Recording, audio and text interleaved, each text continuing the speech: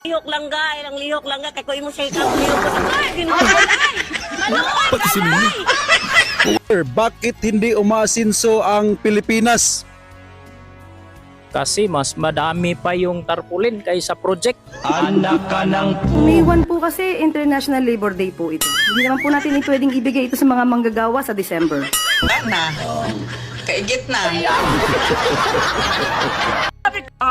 Na mamahal sa atin, laban niya ay laban natin. Pilipinas, Duterte pa rin. Duterte!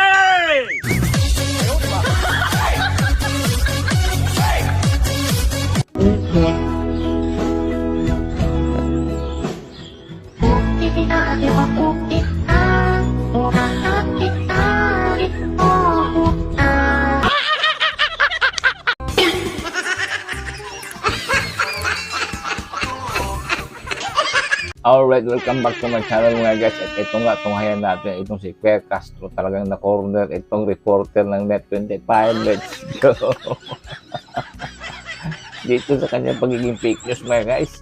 Ito, di ba? Kapal na mukha nito. Tapos tinanong sa kanyang fake news. Ayun. Ayun ang sumagot.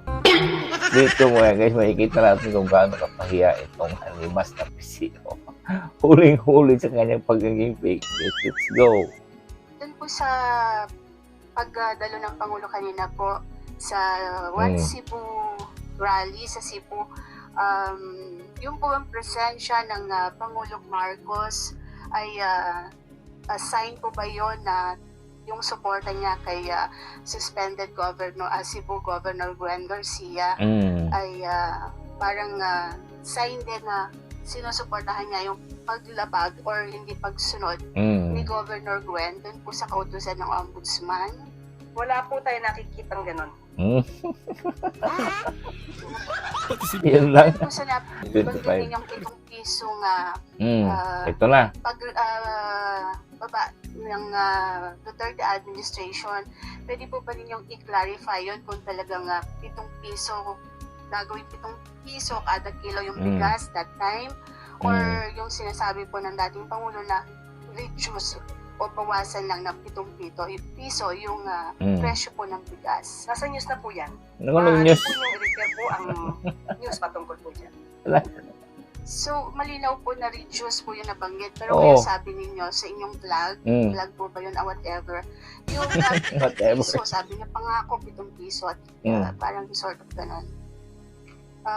Pwede po ba linawin lang natin yun para hindi naman na pagmula ng fake news? Hindi pagmulan ng fake news. Lako. Payag-payag ang kanyang sariling press conference mga guys.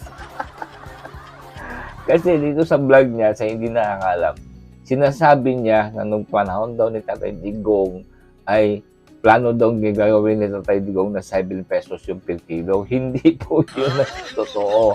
Ang totoo ay 7 pesos reduce. I-reduce lang ni Tatay Digong ng 7 pesos. Ngayon, tinatanong sa vlog niya, ayaw niya sagutin. Oy, ang mga animas. Huling-huli mga guys sa kanyang pagiging fake news. Grabe, ito na po. Oy, Quadcom, ito na dapat. Ito sa dapat bit-bit na ito sa Quadcom kung animas na Kuya Castro. Huling-huli sa kanyang pagiging fake news mga guys. Vlog po ba? Na vlog? po sa Hindi po yata yun nabanggit sa press briefing. Wala, siyempre sa vlog mo. press briefing.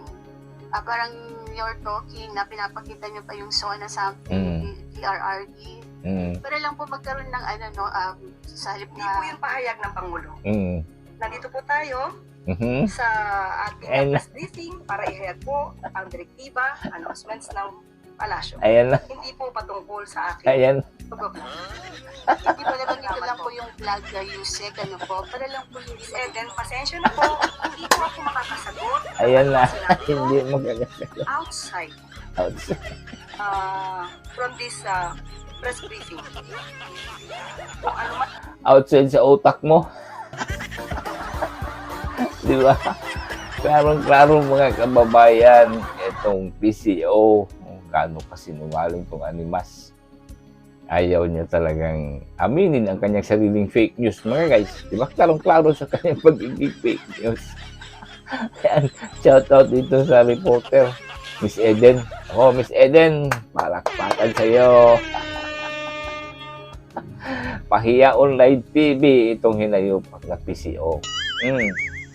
Ngayon, kaya ayaw nyo nang ituloy yung plano nyo dun sa mga fake news. Pag huli nyo, ituloy nyo para huliin nyo yung sarili. Grabe ka, Animas na yung PCO. Bakakon, sinungaling, Animas. Numero 1 fake news ka, Animal kang Castro ka. Diba? Huling-huli itong mga guys. Ng aking naging opinion personal, pag-usapan natin sa labas at hindi dito po. Kasi po parang makaka-apekto rin po dun sa mga ng Pangulo. Na Siyempre. medyo iba yung Opo, nababa. Miss Eden, kung ano po ang Ayan, Miss Eden. pakay patungkol po dito.